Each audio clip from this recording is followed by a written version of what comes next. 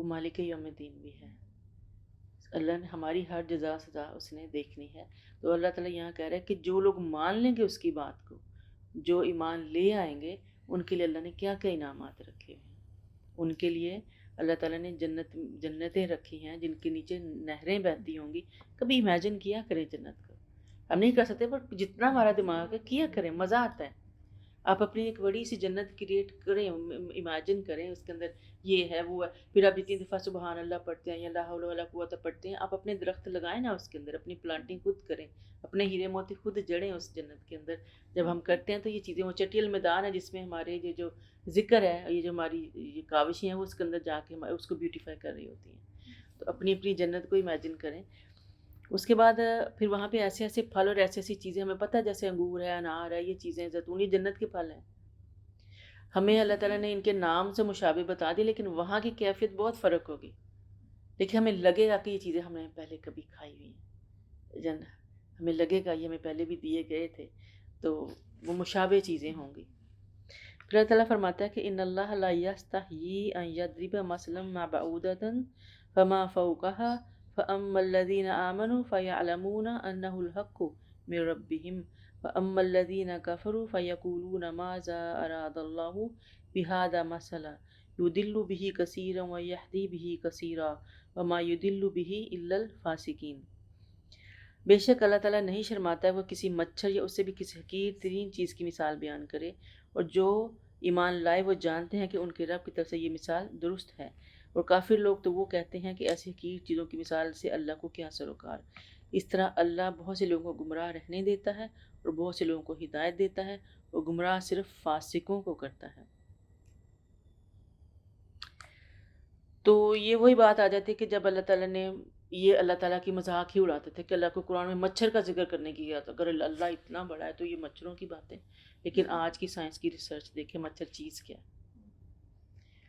تو اللہ تعالیٰ کہتا ہے یہ میری مخلوق ہے، میں مچھر کیا اس سے بھی جو اوپر کی چیز ہے، وہ مچھر کے پار کی کسی اس سے بھی چھوٹی چیز کی مثال دے سکتا ہوں.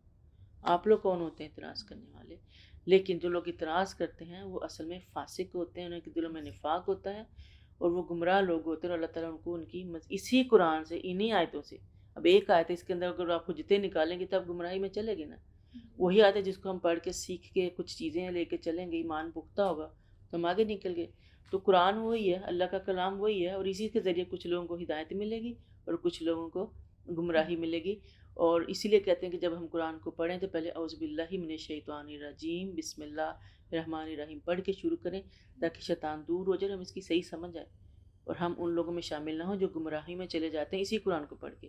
جتنے آگے دین ہیں ہمارے پھیلے ہوئے، اتنے سارے فرقے، وہ اس قرآن کی بڑی بڑی دیتے ہیں، وضاحتیں ہیں، کسی کندھے سے صورتیں لا کے آپ کو بتاتے ہیں یہ دیکھا یہ دیکھا.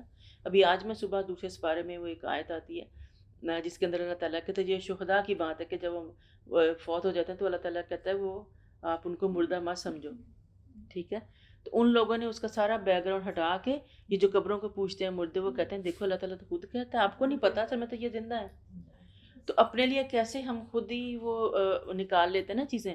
تو اس لیے اللہ تعالیٰ کہتا ہے کچھ آیتوں سے میں ہدایت دیتا ہوں، کچھ سے آپ لوگوں کے لیے گمراہیاں آ جاتی ہیں. تو اصل چیزیں آپ اپنی نیتیں ٹھیک کر لیں، اللہ تعالیٰ انشاءاللہ ہمیں ہدایت دے گا. پھر اللہ تعالیٰ فرماتا ہے کہ اور کافی لوگ تو وہ ہیں جو یہ کہتے ہیں کہ ایسی حقیر چیزوں کی مثال سے اللہ کو کیا سروکار. اس طرح اللہ تعالیٰ بہت سے لوگوں کو گمراہ رہنے دیتا ہے، بہت لوگوں کو ہدایت دیتا ہے، گمراہ صرف فاسقوں کو کرتا ہے. اور جو لوگ اللہ سے عہد کو پختہ کرنے کے بعد اسے توڑ دیتے ہیں اور جس کو اللہ نے جوڑنے کا حکم دیا انہیں قطع کرتے ہیں اور زمین میں فساد برپا کرتے ہیں، ایسے ہی لوگ نقصان اٹھانے والے ہیں.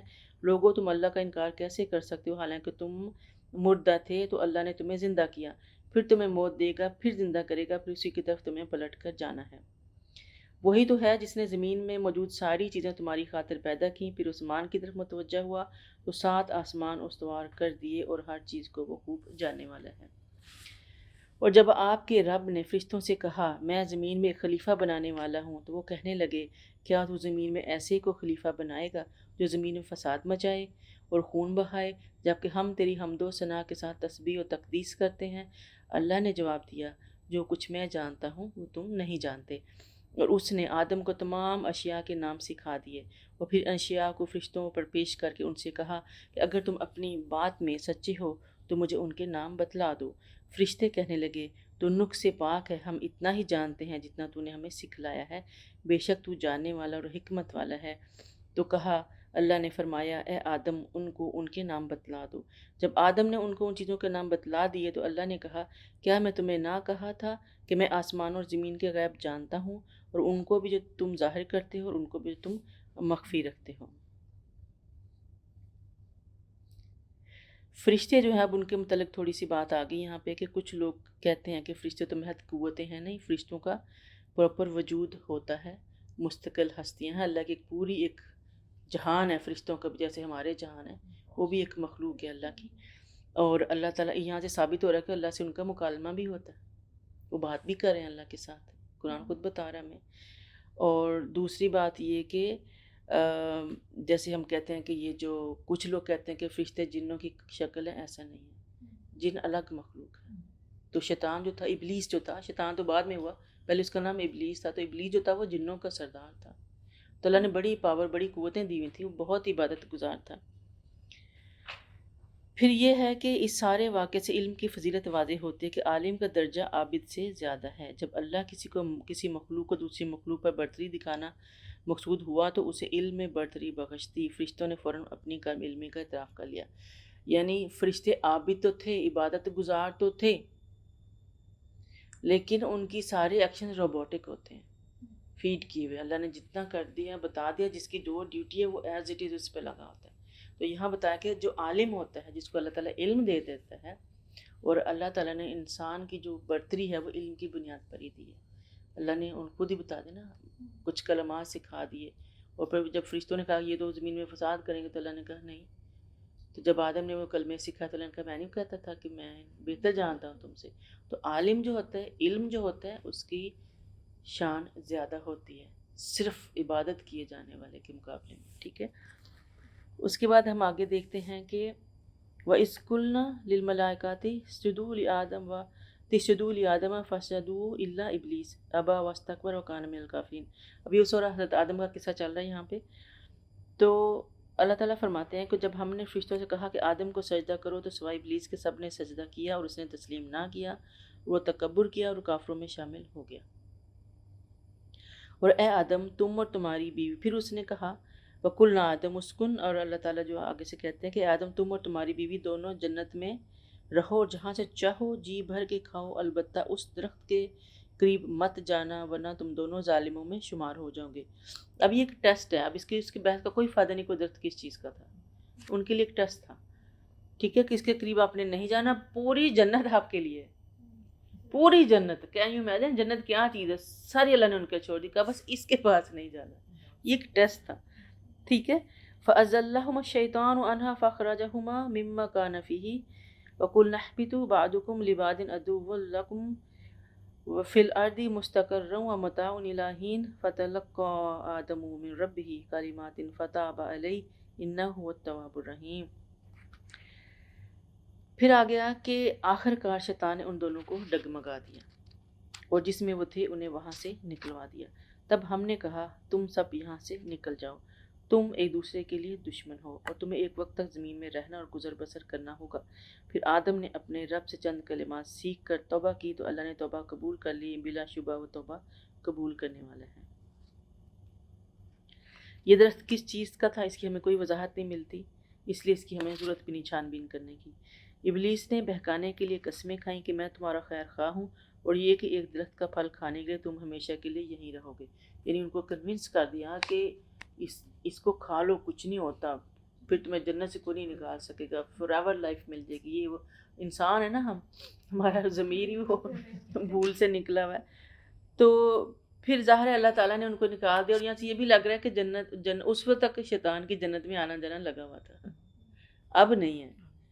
پھر اللہ تعالیٰ نے ان تینوں کو نکال دیا جنت میں سے، اور کہا کہ تم دونوں انسان اور شیطان ایک دوسرے کے اب پرماننٹ دشمن ہو، پکے دشمن ہو، ایک دوسرے کی بھلائی کی بات کر ہی نہیں سکتے۔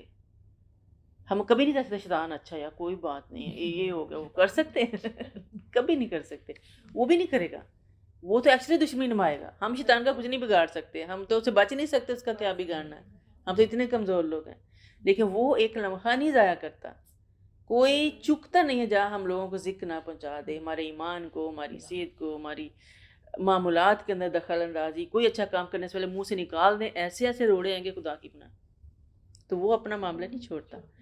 تو اس لیے ہم لوگوں کو بھی اس کے ساتھ اپنی دشمنی پکی رکھنی چاہیے، کیونکہ اللہ نے خود کہا ہے کہ وہ آپ کا دشمن ہے.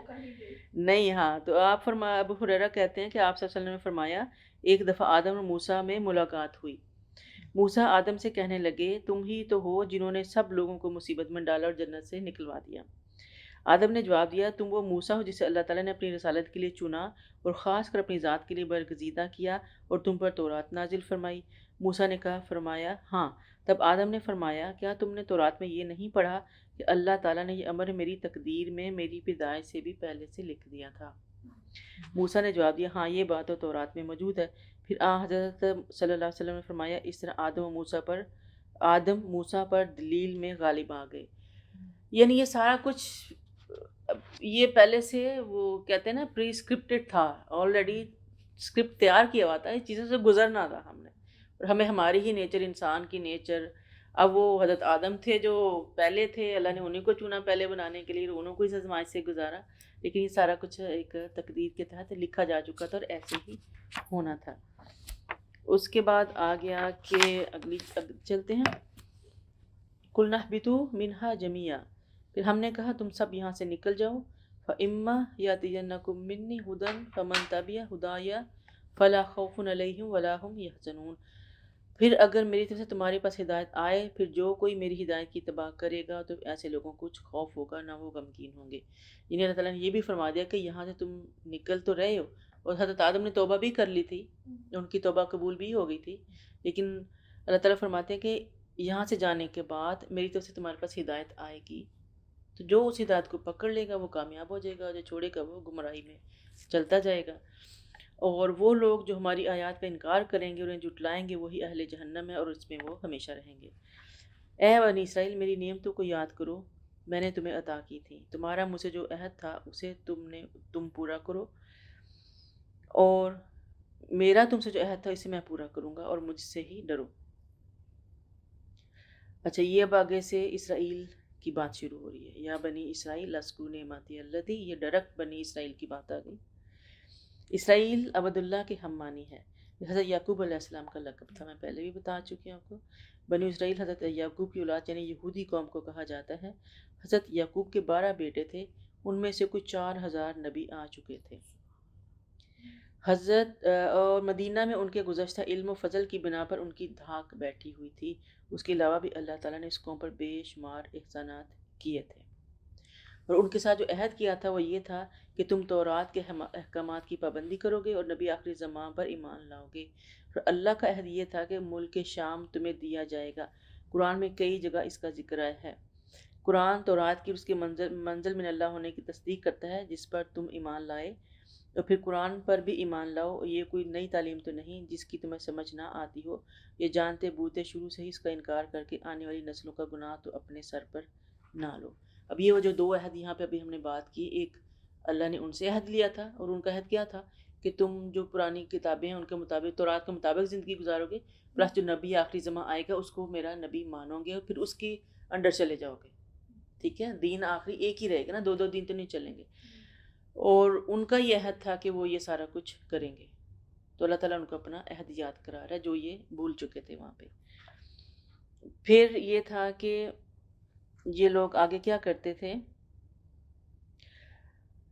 اور اس پر ایمان لاؤ جو میں نے نازل کی، اس کتاب کی تصدیق کرتے تو ہمارے پاس ہے، اس کے سب سے پہلے منکر نہ بنو، میری یاد کو تھوڑی قیمت پر مت بیچو اور مجھ سے ہی ڈرو، اور حق و باطل کی آمیزش کرو اور عمدہ حق کی بات کو نہ چھپاؤ.